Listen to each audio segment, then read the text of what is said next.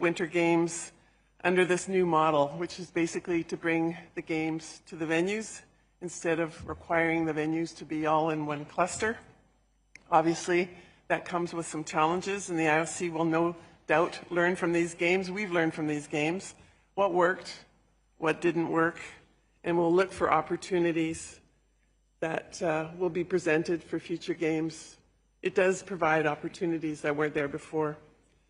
Congratulations to our new president of the IOC, Kirsty Coventry, on her first games in her new role. I think the Olympic movement is in very good hands.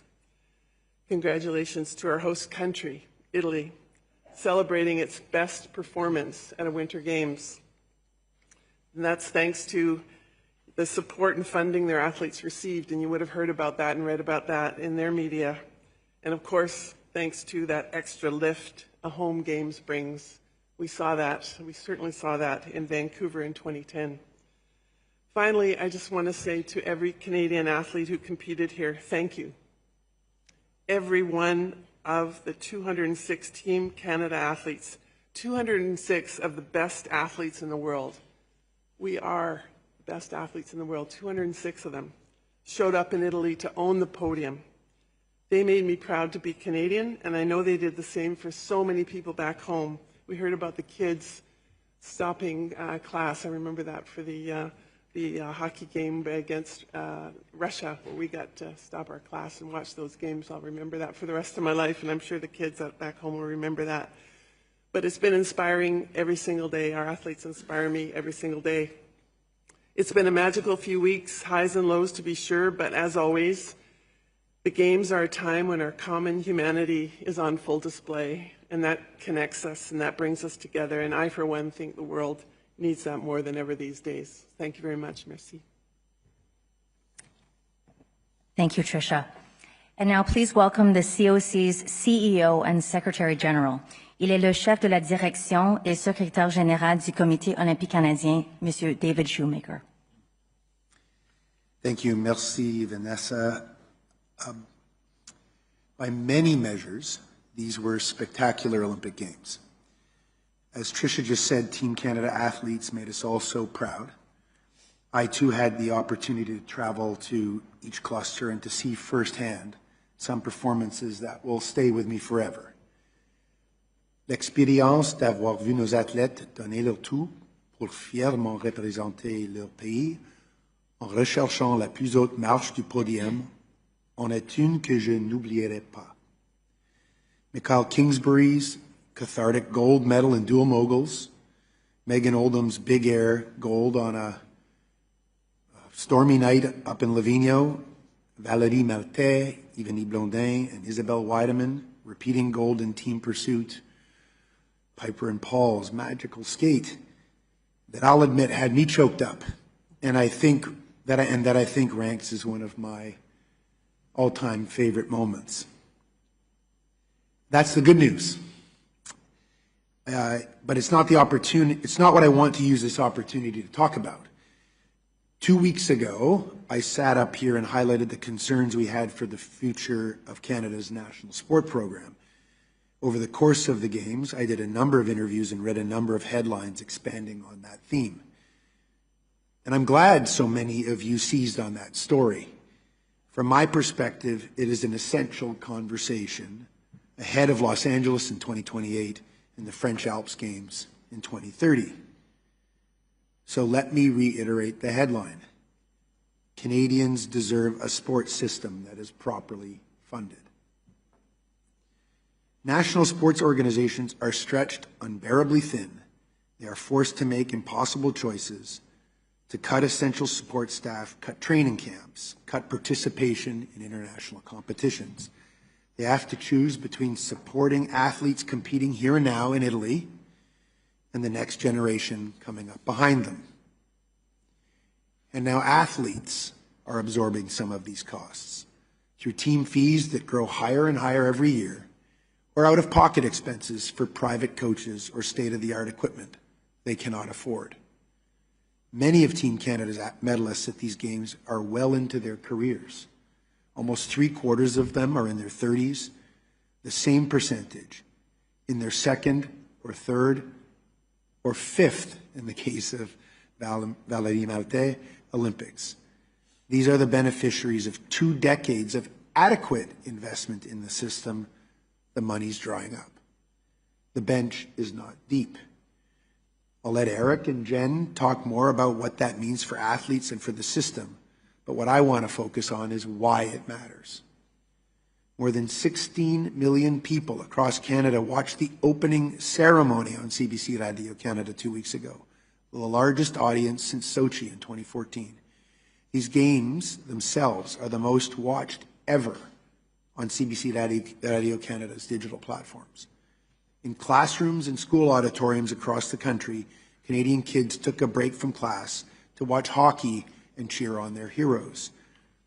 On Bay Street, people gathered at temporary screens and atriums and elevator banks and erupted as Steve Dubois skated for gold. And as tens of thousands celebrated at Team Canada Fan Fest events across the country, many were inspired to try a new sport like ski jumping or figure skating because they saw what is possible under the maple leaf. These games brought us together, as they always do. In return, they provided an opportunity to ask ourselves, how do we want to show up on the world stage? What kind of country do we want to represent? Who do we want to be? In some ways, I think waiting 8 days for a gold medal emphasized this point.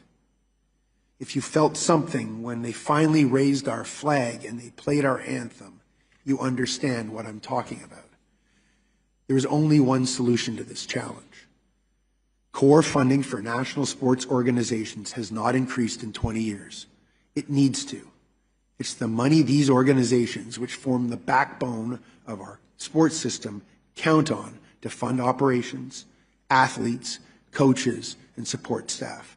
They safeguard the pathway from playground to podium.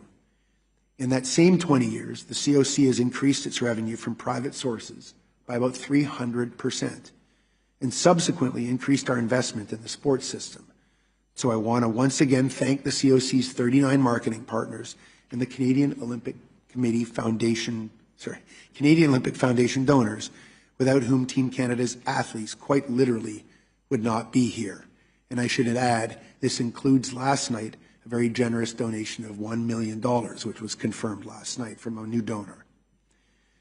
That isn't enough, though. I wish we could do exponentially more. But Canada's sports systems, from kids at the grassroots level to the heights at the Olympic stage, does not work with private investment alone. You've heard this from us before. You've heard it from others. In its preliminary report last year, the Future of Sport in Canada Commission echoed the urgency of this message. When we call on the federal government to inject more funding into sport at the national level, it's not just for the sake of medals, though we know we can win more and that Canadians want us to. It's not just because Canada spends less per capita on sport than our G7 peers, and it's not because the private sector isn't doing its part. We need to invest in the future so many more Canadians can experience the many more benefits of sport, so more of the best of us can live their Olympic dreams wearing the maple leaf, because that is what a country like ours should be doing. This isn't just about sport, it's about nation building. It is, to borrow a phrase, about what makes Canada strong. It was just a month ago that Prime Minister Carney made an international headlines with his inspiring speech at Davos. In that speech, he talked in large part about ambition, about the strength of Canada at home and the values we can and should project to the world. We realize sport isn't the answer to all of this government's many urgent priorities, but to Prime Minister Carney, who addressed Team Canada in a hockey jersey, who called Team Canada athletes as they topped the podium this week, who believes as much as anyone in the power of sport, I would say this: sport is an integral part of that strength of character and country. Sport represents a set of values that define us. Through sport, we have a real opportunity, if not a responsibility, to be ambitious about how we want to show up as a nation, both on the world stage and in communities across the country. Team Canada athletes have proven here in Italy that we have the talent, we have the drive, we have the potential. The imperative now is to match that ambition with sustainable long-term investment. Los Angeles 2028 is just 27 months away. I think we can all agree that showing up here strong, prepared, and unmistakably Canadian is the only option. Thank you. Merci beaucoup. Thank you, David. J'ai maintenant le plaisir de vous présenter le chef du sport du Comité olympique canadien, M. Eric Miles. Merci Vanessa. Bonjour à vous tous. Nous voilà déjà à la dernière journée de ces Jeux de Milano Cortina 2026. Est-ce que les choses ont commencé comme on l'aurait espéré? Probablement pas. Mais les performances étaient au niveau, la motivation et la détermination étaient présentes. Nous savions tous que ce n'était qu'une question de temps avec le calendrier et les compétitions qui progressaient. Je suis certain que vous avez chacun de vos moments olympiques favoris. Je voulais en partager quelques-uns avec vous. Évidemment, Mick Kingsbury, une première médaille pour le Canada. Celui qui nous a fait verser des larmes. Courtney Sarro, première patineuse en courte piste, a mérité 4 médailles lors d'une édition des Jeux olympiques d'hiver. Peut-être ma plus grande émotion, c'est pas une médaille, mais Diana, Maxime, au patinage artistique, quand on connaît toute l'histoire, et les voir aussi, c'est un petit miracle d'arrière-scène. L'émouvante et incroyable performance de notre équipe de poursuite féminine, David l'a mentionné, en longue piste, avec Isabelle, Valérie, Ivani. Kim Boutin, sa 6e médaille olympique en carrière pour égaler le record canadien aux Jeux olympiques d'hiver. Et toute une équipe de courte piste assez incroyable et excitante. Quel sport! Une finale olympique de hockey féminin qui nous fait retenir notre souffle jusqu'à la dernière seconde. On y a vraiment cru. C'était fou. Le curling de retour sur leur podium. Quelle fierté. Et encore un gros match de hockey à venir aujourd'hui. These athletes left everything out there.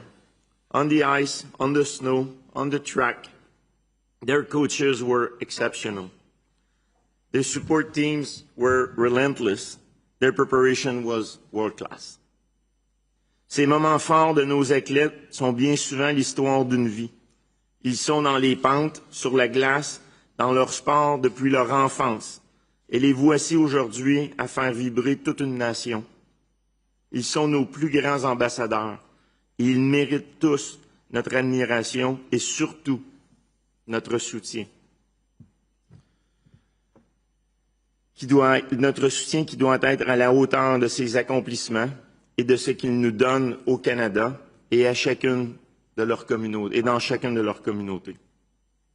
As we count down the hours to the highly anticipated hockey games, this afternoon we are celebrating 5 médailles d'or, 6 médailles d'argent, 9 médailles de bronze, 16 top 5, 23 top 8.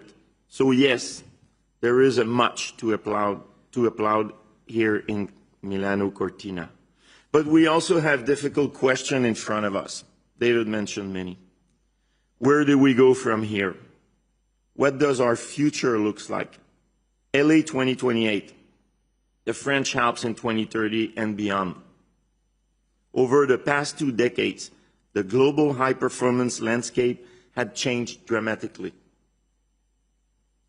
As we witness other nations accelerate, investing exponentially more in coaching, sports science, technology, training environment, our system is in decline. National sports organizations are having to cut training camps. Je parlais à l'équipe de ski de fond, ils n'ont même pas été capables de faire un camp ensemble avec les 2 groupes nationaux pour regrouper leur équipe. Il n'y avait pas assez de budget. Staff with PhD in sports science wonder if they'll have a job next year. Our athletes pool is shrinking. C'est pas stable. Ça marche pas. L'équation fonctionne pas. Injured athletes aren't being replaced because there is no one in the pipeline ready to compete at this level. And promising athletes are leaving high-performance sports because they can't afford all of out-of-pocket costs. Je reste avec l'exemple du ski de fond. Félicitations, tu fais l'équipe nationale, Et les coûts pour faire une année au complet sur le circuit mondial, 40 000 $. Holding down a job while trying to focus on training is unsustainable for many, and having to take a loan to finance their journey, like Isabelle Weidman, a multi-medalist, Olympic champion, and flag bearer had to do to compete here in preparation for the Olympic, is simply unacceptable and heartbreaking to witness. Laurent Dubreuil, pour finir sa saison, il s'en va coucher chez un de ses amis pour se couper dans les coups et être capable de finir la saison. Ils ont tellement tout mis en place pour être aux Olympiques, il n'y a plus de fonds. Honnêtement, c'est ce que j'ai trouvé le plus difficile dans ces Jeux. Ce sentiment de ne pas avoir été en mesure d'aider nos athlètes davantage. C'est comme si on leur dit, ben go, allez-y, allez vous battre avec les meilleurs au monde, mais désolé, on ne peut pas vous offrir le minimum nécessaire pour partir à égalité sur la ligne de départ. Ça me bouleverse vraiment. Nous sommes vraiment inspirés par la performance des athlètes. La prochaine génération, le Next Gen qu'on les appelle, ils sont incroyables malgré ces conditions difficiles. 9 des 23 résultats dans le top 8 ont été accomplis par eux, y compris 3 dans le top 5. C'est incroyable. Our athletes have as much, if not more, heart than anyone on this planet. They give everything to wear the maple leaf on their heart. They carry our flag with pride, often at great personal cost for them and their family. But heart alone and smiles cannot outplay systemic underinvestment forever. Come on. If we want to continue celebrating moments like these ones we experience here, the gold medals finals, the breakthrough performance, the iconic Canadian victories, then we must ensure the foundation beneath those moments is strong. Si nous désirons poursuivre cette aventure du Canada et revivre ces moments de fierté et d'inspiration pour nos jeunes et l'ensemble des Canadiens, nous devons absolument faire davantage.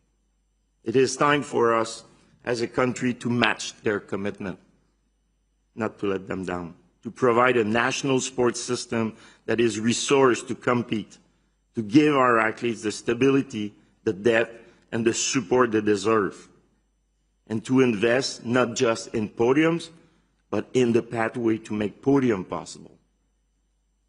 Parce que les performances que nous avons vues ici ont émerveillé, parce que nous voulons continuer cette tradition d'excellence dans le sport canadien.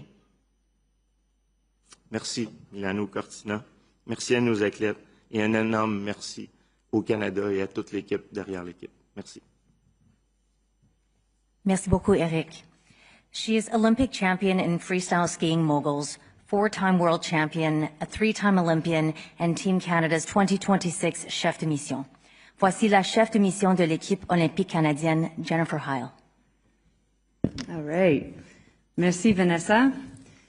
Quelle belle aventure nous avons vécue ici en Italie. Merci tous pour les accueils tellement chaleureux. Over these last 17 days, we have seen extraordinary performances, what it means to wear the maple leaf. One of the greatest examples to me is Valerie Malte. We know her story, 5-time Olympian. We saw her performance. But what really showed what she was made of and those Canadian values is when she crashed in the mass start, got up and fought to be back in that race. After the race, she told me, I don't believe in giving up. She had her medals. She had the best performance. I'm sure she was exhausted. And yet there she was, finishing the race like a true Olympian, representing our country. We saw what it is to compete with ambition and carry yourself with humility. I can't think of a better example than Megan Oldham, the most humble human I have met, who can soar to extraordinary heights, the toughest person perhaps at these games, crashing in a very brutal way to get up and go and win a medal and come back and follow it up with gold. And then we've seen what it is to be Canadian, to show up on and off the field of play. And that is our coaches and our mission staff who have thrown every ounce of pride and passion to support their athletes, despite the serious challenges. And I got to see those challenges firsthand, and I can tell you that I was incredibly touched and moved by the commitment of our team, but it's not easy right now on the ground. We've talked a lot about what those challenges are, those financial stress that the athletes and the whole system is carrying. Flat operational funding to NSOs in an inflationary world is a cut. We're creating a pay-to-play system in Canada where wealth and luck are some of the major determining factors as to who gets to stand on a podium. We know that the athletes are paying on average $25,000 per athlete to be here and represent our country. What does that mean in actual fact? Well, when I sat with one of the teams where they stood up before the games and talked about how proud they were to be a part of their community, they also mentioned that, you know, they told their younger teammates that they should eat better when they're at training camps in Europe, that they looked at their cart at the grocery store and they're like, you need more vegetables, buddy. Now, that could be a part because he's away from his mom, but their actual response was he couldn't afford the better groceries. This is the reality. Yet they stand there and talk about the pride and the gratitude to be there. I was pulled aside in the village by one of our staff members who's one of the greatest minds in sport, could be employed in any country around the world, has been to 9 Olympics, but chooses to work in Canada, telling me he doesn't know if he'll have a job next year. And then I've heard from, you know, the organizations that basically families are in a position to do one Olympic cycle in many of these sports. So these athletes are leaving before they have the experience, before they are at their peak, able to stand on that podium. So we're investing all this way and then losing the talent. But what struck me the most was, you know, the athletes where the results didn't go the way they wanted, and that ambition is so strong. They were carrying a heavy weight, they were disappointed, but they were ready to get to work again tomorrow. These are the athletes that our country has created. These are the values that they represent. They will always do more with less. But the problem is that our system is starting to be misaligned with our Canadian values. Personally, I want to live in a Canada where every kid who dreams of being an Olympian has an equitable chance. My Olympic dream started at a gas station in Edmonton with my mom when I picked up an Olympic preview of the 1994 Olympics.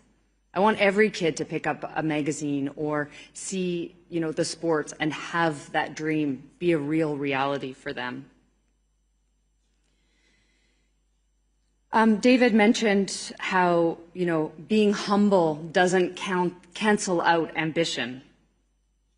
And in fact, that combination of being ambitious and being humble, I think, is a value and a character trait that the world needs more of. And I can tell you, we're the best in the business to bring that forward. So going forward, I hope to see NSOs, government, the private sector, and of course the COC come together to create an ambitious plan, a multi-year strategic plan like we did in 2010. This isn't new for us. We've done it before. We can do it again. One that commits the necessary resources to build a sustainable system of excellence. The minimum standard isn't about just more money for sport. It's about maintaining service levels, restoring purchasing power lost to inflation, and committing to automatic annual indexation with clear accountability from the sports system. Well, this is drawing us to a near close. We know we have another very big event today, but Over the last 17 days, I don't think we can argue that our athletes, that our Canadian athletes, have shown why sport matters. Bravo à tous les membres de cette merveilleuse équipe Canada 2025. Ce fut un privilège de partager ce parcours avec vous. Merci de m'avoir fait confiance et me confiant ce rôle de chef mission. Merci. Thank you so much, Jennifer, and thank you for your leadership in supporting our athletes over the last 17 days. Before we open up to questions, we'd like to thank Tricia for being with us here this morning. We know that you have to head off for a 9 o'clock meeting at the IOC session, so thank you. And if anyone has questions for Tricia, please let us know and we will connect you with her later today. Nous prendrons maintenant le temps pour des questions des membres des médias. Je vous rappelle d'utiliser les microphones fournis et d'identifier votre nom et organisme en même temps. We ask that you share your name and organization before asking your question. We have volunteers circulating the room with handheld mics. And so who would like to go first? We can get the mic over to Cahal.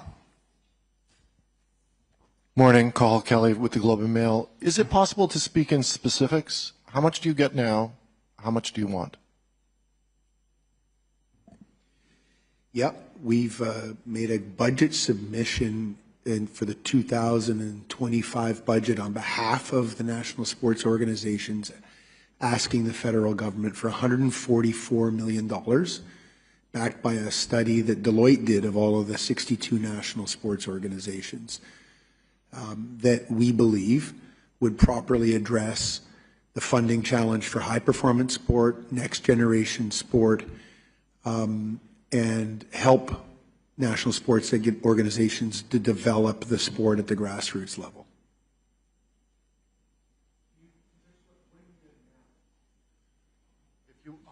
Oh, well, we don't, this isn't for the COC, right? This is for the national sports organizations. The funding envelope is in the range of $220 million today for the entirety of the national sports organizations.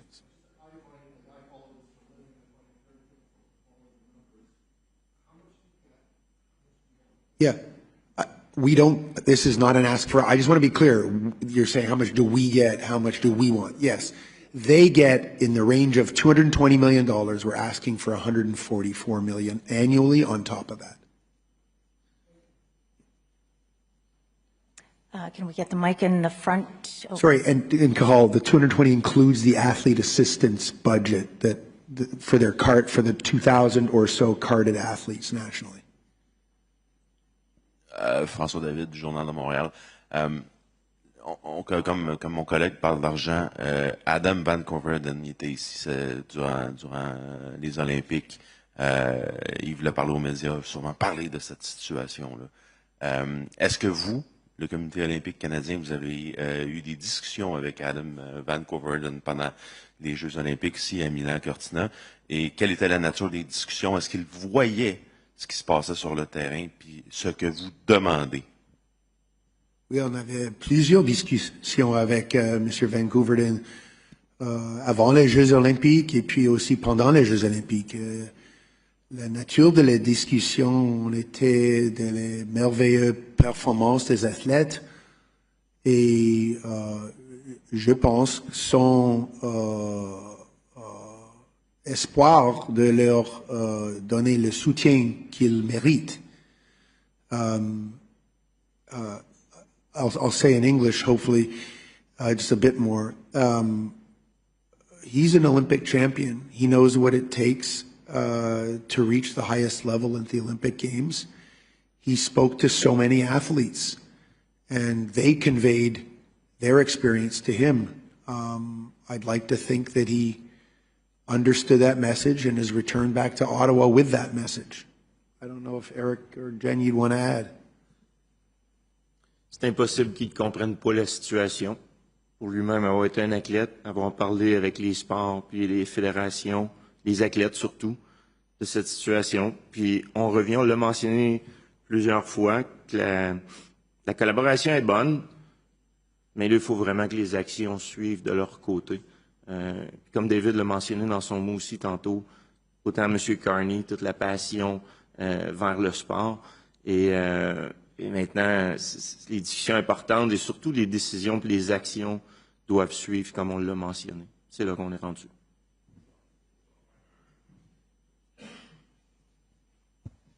Je vais faire le suivi là-dessus. On parle de Vancouver, on parle de M. Carney. Est-ce que vous pensez que c'est un peu hypocrite et de façon politique d'aller voir avec le chandail du Canada, d'aller voir féliciter les athlètes, mais qu'en arrière, on dirait qu'on fait la sourde oreille et on ne met pas d'argent dans le programme, dans le sport à travers le pays? Non. Premièrement, on est tous des supporters de l'équipe canadienne, puis ça, on veut ça. S'ils n'avaient pas le gilet de l'équipe Canada ou tout le soutien, ça serait malheureux. Là, on serait à un autre endroit. Alors, tout leur cœur, leur soutien est là. Par contre, je le répète, on est rendu à l'étape, là, on doit parler sérieusement. Et au-delà, non, il faut passer à l'action sérieusement. Et ça, c'est de leur côté présentement, il faut que ça avance. We can get the microphone to my left here. Third row, please.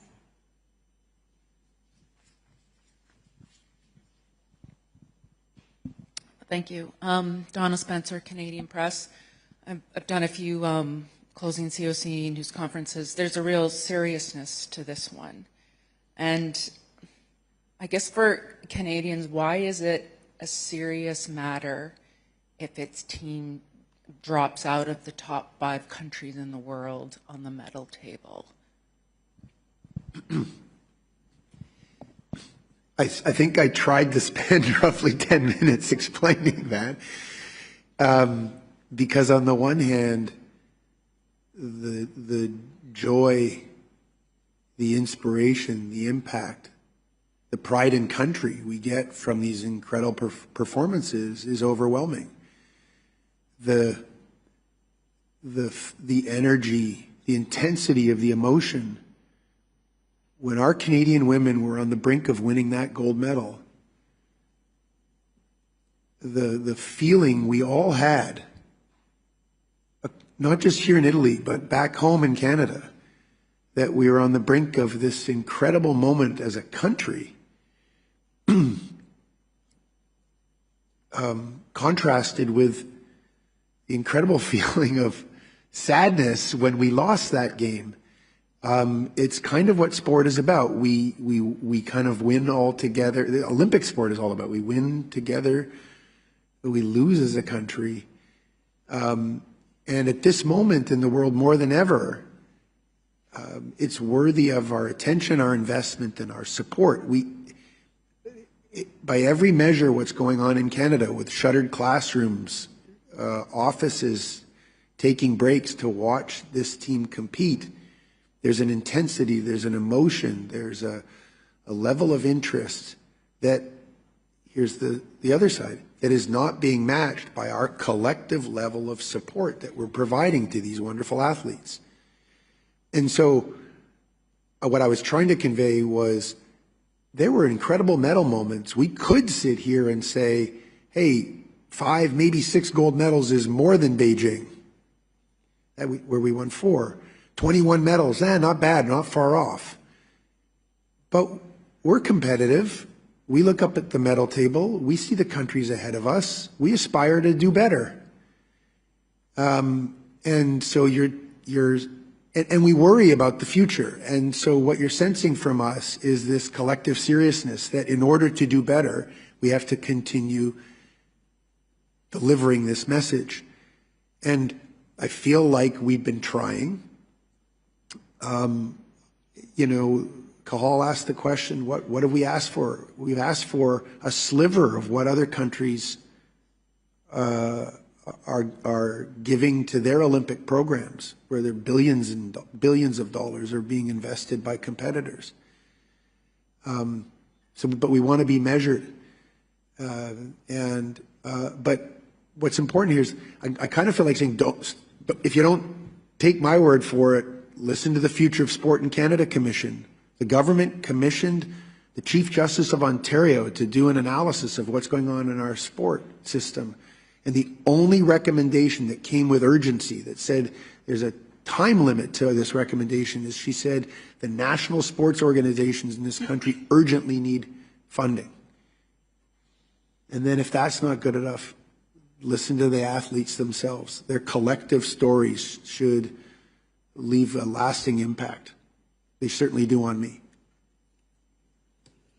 I was just going to jump in. For me, it's a question of values.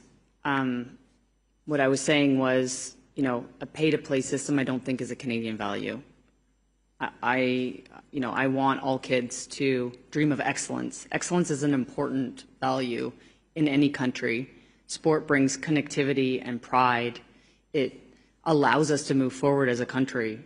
I don't think it's very hard to measure, but it's a critical factor. And as a parent, I've never believed more in sport. It's one of the greatest tools I have to raise my kids in a world where it's kind of soft.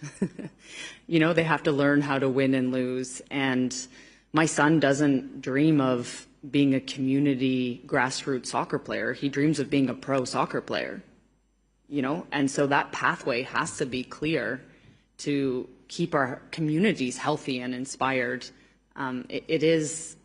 They're not disconnected, you know, winning medals and having a healthy community. Next question.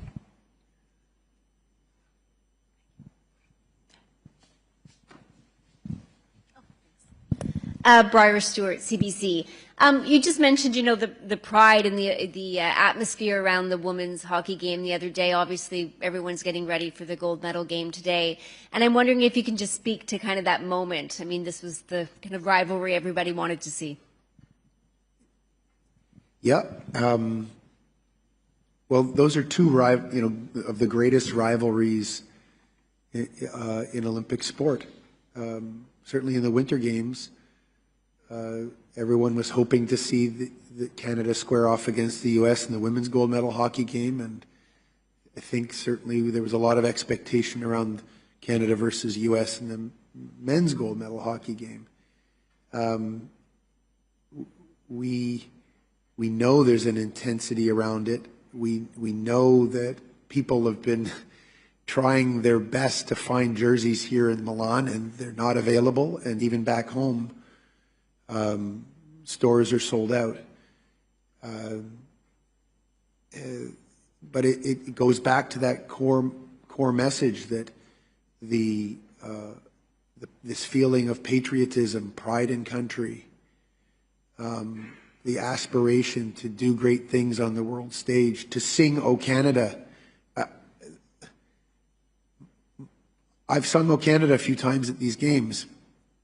I want to hear an entire arena sing it, and I think all Canadians do. And there's a real drive among those players, as I understand it, to be able to deliver on that. And we'll go in there with a real urge to cheer as loudly as we can, let them know that they have our support. But what the nature of sport is, and if they don't, we're gonna feel terrible, put our heads in our hands, and move on. Those teams will shake hands, and I think that's what's beautiful about sport. There's 96 countries competing here at these Winter Games. It brings people together, compete fiercely, and then leave everything else behind.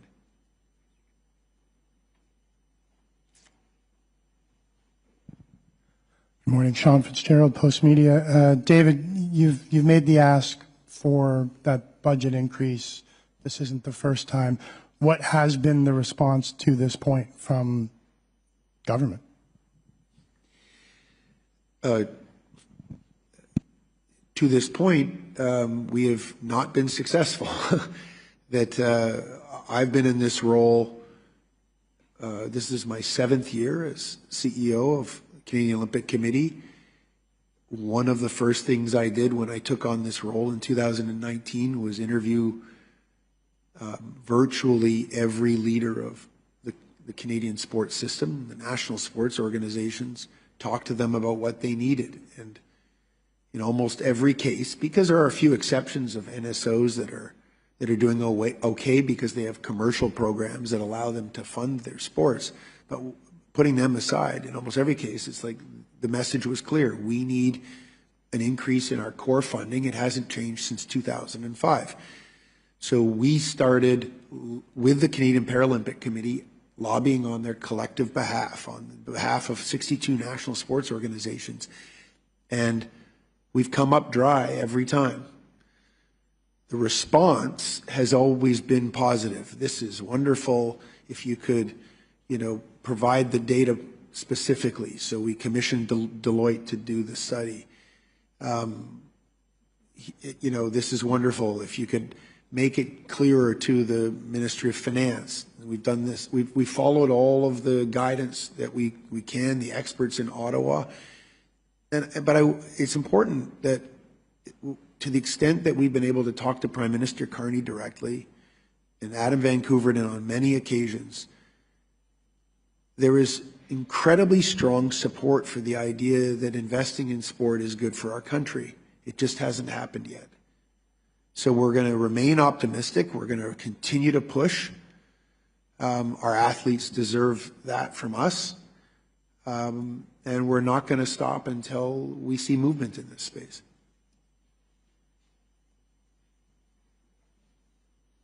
And maybe then just a quick follow-up on that point. Politically, if it sounds like that's the inertia, would it be a politically difficult sell to say, feelings, and I understand that, the feeling of hearing the anthem when, inflation has been mentioned on the stage, that groceries have been mentioned on the stage, that's an issue for everyday Canadians as well. Well, there's no question that this for the government is about competing priorities. This is nation building at its finest, at a very modest expense when you compare it to pipelines and icebreakers.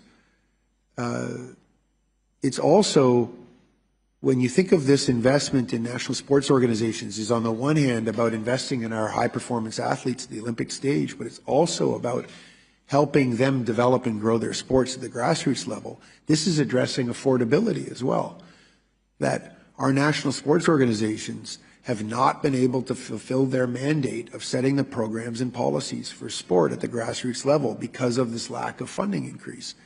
And so sport is becoming increasingly inaccessible at the grassroots level, and that needs to change too. That's very much Jen's message. It doesn't fit our vision for sport in this country. We aspire to have a country where Canadians lead the medal table at the Olympic Games, inspire generations of young children to want to get into sport, and they have the access to that sports system. It's inclusive, and unfortunately, it's trending in the opposite direction. Just want to add, it also there's this clear view that sport is also it's been mentioned in different ways, but part of making us strong and proud. And with everything's going on, economic, politics situation, it's not the time to have our head down and to back up. It's the time for Canadians, for all of us, to be strong and solid. And sport is a strong way to express this as a country, and that we strongly believe that. And it's not just about the Olympic, how it was being explained. You talked about some of the countries at the top of the medal table are investing a lot more in sport. Do you have a sense, for comparison purposes, what Norway, Germany is spending per capita? Can you quantify that? Is it possible? Well, the answer is we have a sense. that this, to a certain extent, is a competitive thing, and there isn't great data on, they'll share some of it with us, and some National Olympic Committees are more forthcoming than others. It is also complicated by the fact that the models, no two models are the same in terms of where money goes and how sport is funded. But as we've looked at it, we believe we're being outspent by Australia, Great Britain, our European counterparts, both on a per capita measure and on a total measure by multiples. And that makes it incredibly difficult to compete. Yeah. I'd just like to add, we're asking for two things. One is the resources to create a sustainable system, but the other one is a strategy, multi-year strategy. That doesn't exist today. And so there's a lot of things that other countries are doing that works. I think a good comparison is New Zealand and Australia in terms of economy, population size. They make very targeted investments, very strategic investments. They develop the pathway. So that is going to be some, if that's the way that Canada decides they want to build their system, that requires some difficult conversations. But we're of the mind that, well, personally, I'm of the mind that resources are tough. We have to make strategic decisions. And that's what we want this conversation to also be about, having those conversations. Because more money without the strategy also isn't going to build the system that we want. I guess my follow-up is, you mentioned the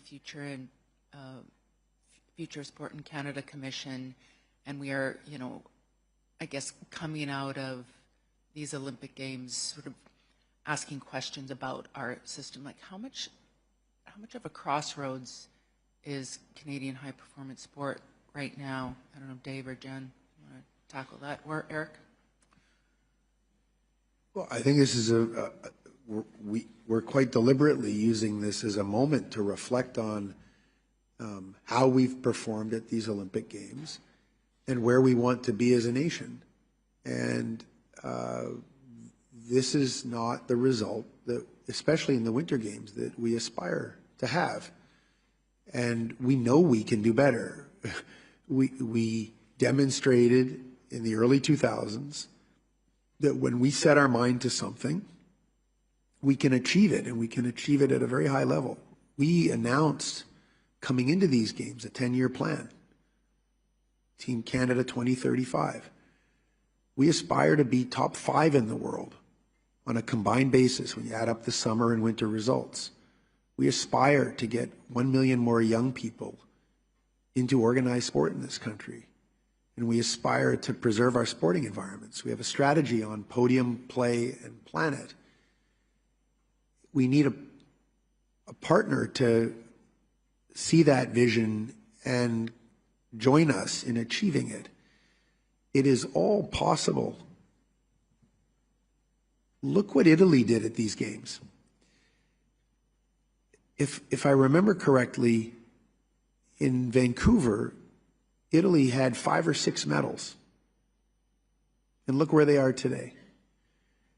It should give us all real belief that if we take this opportunity, evaluate where we are, and decide that our vision for sport in this country is to see great Canadians fully supported, matching the level of the intensity of Canadian support for them with the investment that they get, but also delivering on a system that allows Canadians to get into sport in an accessible way.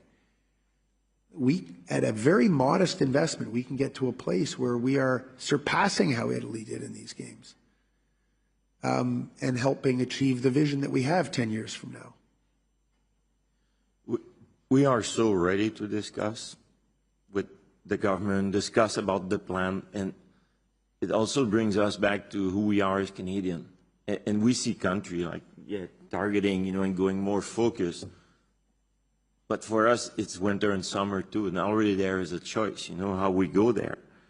But then how we also adapt to who we are as Canadian today, the new community, the reality, and what are the sports that speak to the community and that are that will connect with children and everyone, and how we go deeper when we make choice and we look at a plan and we look at some of the country and some of the result.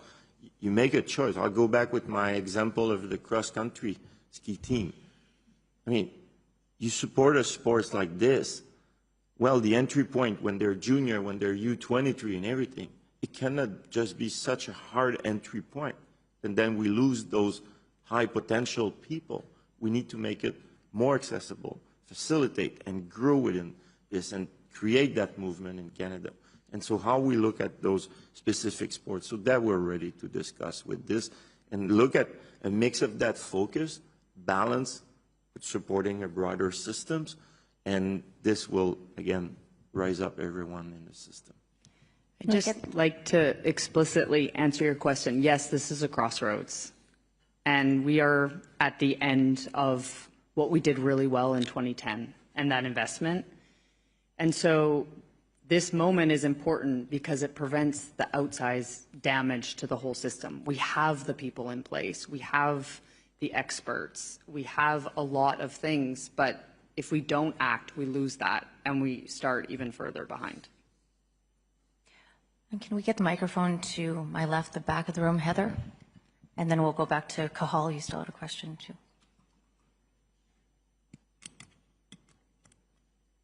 Back. To the back of the room. Lady in the red. Hi, thank you. Heather Butts with CTV News. This press conference started with a blanket statement of, highs and lows, lessons learned. Could someone be specific? What would be the biggest lesson learned or the biggest challenge faced, and where the COC could have done better at these games?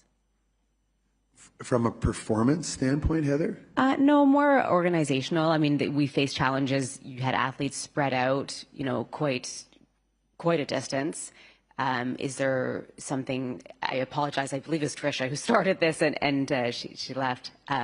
Is there something that you've come away from? We've spoken so much about funding, but is there something your perhaps biggest lesson learned from these games?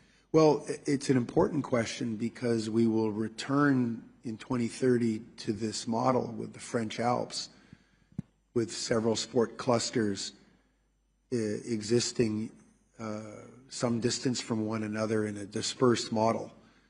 So we've paid very close attention to what's worked for us, what hasn't worked for us, putting cluster leads in place that have real autonomy, moving from a specialist model to a generalist model. So people being responsible for more than one thing in Cortina, for example, and more than one thing in Livigno, for example. And we would say, I'll leave it to Eric, this is really his team that is responsible for this. But on balance, that's worked extremely well. We've learned that as it relates to, let's call it health and illness, that because of the distance, what might be happening in one cluster from a medical standpoint isn't necessarily happening elsewhere, and that maybe you have to put in place specific measures to prevent the spread of flu in a mountain cluster, and it's not prevalent in a city cluster. And we've learned some things about how we operate hospitality houses in this model. So the traditional model for us is to be in the big city center with Canada Olympic House. And we moved to a model that many nations shared, where we moved it around from one cluster to the next. We were in Cortina, we were in Livigno, and then now we're back in Milan. And to supplement that, invested in Ice Palazzo that Hockey Canada, Speed Skating Canada, and Skate Canada put on. We heard from the athletes in the outer sport clusters that it was the first time they and their families and friends could participate in Canada Olympic House, almost to my surprise.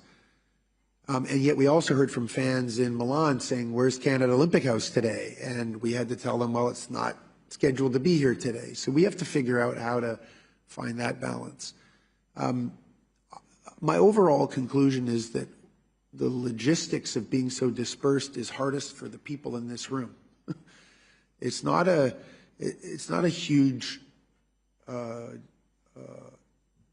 stress on athletes who tend to go to the one place and focus on their competition. The villages were great. The food was quite acceptable. Not a huge stress on the coaches and the support people around them.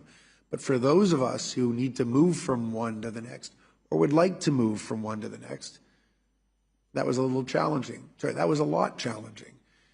And it, to the extent that it didn't feel wintry here in Milan, when it was, let's say, 15 degrees for the last several days, you probably would have wanted to see what it was like in Livigno when it was snowing a foot a day and there were avalanche warnings. I mean, it was a very, very different environment in these outer regions of this Milano Cortina Winter Games. And it was fun to feel. You could walk from moguls to aerials to ski cross to big air to the half pipe, and that was pretty cool. So, yeah, I think that while the athletes did extremely well, it was really the people, for us and for you in the media, that's where the challenge was probably most prevalent. It's hard to have a specific answer right now, like the fact we're not done. Like, and one big thing for us too, it's to be as good from day one to late today, and even I would say a few days even coming up, like until we're back home. Actually, that's truly, it's like climbing a big mountain. It's not just going up; it's coming back at the end, and that's a big vision that we have as a team. Also, when we look at all those preparation, winter games about 5 years preparation, summer 7 years. So we're already working on Australia, for example. We're quite aligned for LA of our plan. And in the Alps right now, so much learning that we have here. And of course, a series of debrief are coming and building up already on the team. I have to say we're proud of our operation behind the scene. Despite those reality, we were ready. Like, you know, within the 5 years prep, I mean, if you're too surprised there's something wrong, you did. It was an important test to our leadership and how we decentralize our strength. And the response went really well with the team there and learning what David explained. One thing we did, and that we will measure that really deeply and carefully, is, again, and don't want to reconnect everything, but it does. Like we're making so much effort to reinvest in the sports system to maximize. We went far. We went deep in our own work, and even with people, to free up the maximum budget to reinvest in the sport. Have we gone too far in a few aspects? There's things that I'm not going to share today. We're going to look carefully on it, but it's like maybe how we adjust this, how we tweak this to be even better for the upcoming games, we will adjust. And again, the debrief in the next few weeks will set us up and give us some more clear answer there. We have time for 2 more questions. Robin? Hi, Robin Doolittle, Globe and Mail. You guys have named Stephen and Valerie as the flag bearers, and you've spoken a little bit about them. Can you just reiterate why they were chosen?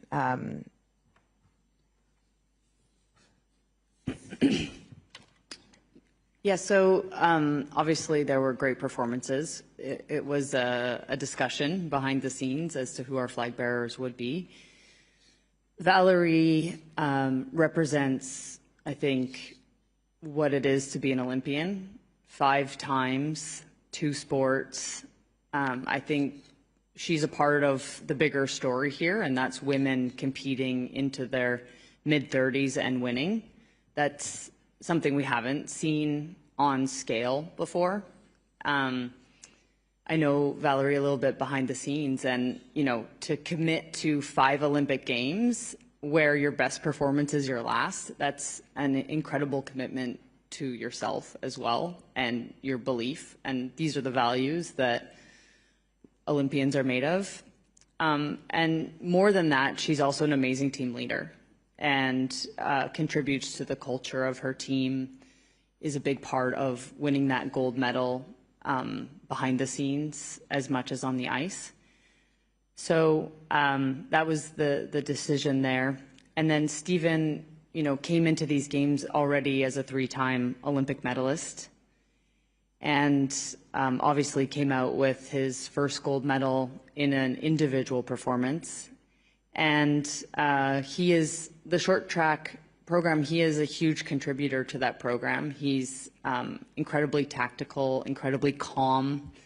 And I don't know if you heard his remarks in the press conference, but for him, this moment was about sharing it with his teammates. And I think that shows you what kind of leader he is and you know, that he's a big part of the heart of that team. And so those aspects all combined is what led to our decision. Last question. Thank you very much. I know we're running into extra time here. Just on Graham Dunbar from the Associated Press, on the subject of Canadian values, I think everyone in the world has a very strong and clear idea of what they are, and they're almost universally positive.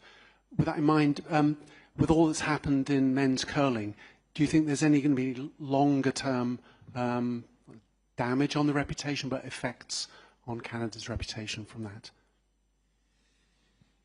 I'd like to think the world sees through it, that it's important for me, from my vantage, to emphasize that with all the hoopla, what took place on the ice a couple weeks ago was not cheating. The rules of curling contemplate in the sport, on the field of play, that if you double touch a rock, if you touch the granite, you burn the stone, you remove it. For me, it's like a foot fault in tennis or traveling in basketball. So if LeBron James takes 4 steps on the way to the hoop, no one says LeBron James is a cheater. They give the ball over to the other side. It's a turnover. And I understand the furor that's erupted on social media, but it's that part. That part's not fair. And hopefully we'll see that go away. What I equally know to be true is that Mark Kennedy probably regrets his choice of words. And he'll find the time and the place to express that sentiment beyond what he's privately shared with his teammates and his family and the rest of us. But thank you for the question. Thank you, David. And just want to say thank you to everyone for making the trip to Milano Cortina to share the stories of our incredible athletes. Merci beaucoup d'être venus pour partager les histoires incroyables de nos athlètes. Juste pour signaler, Jen, Eric, and David will be available for about the next 10 minutes. They do have a very tight schedule this morning if there are any additional questions. And again, thank you, and we wish you safe travels home. Bon retour.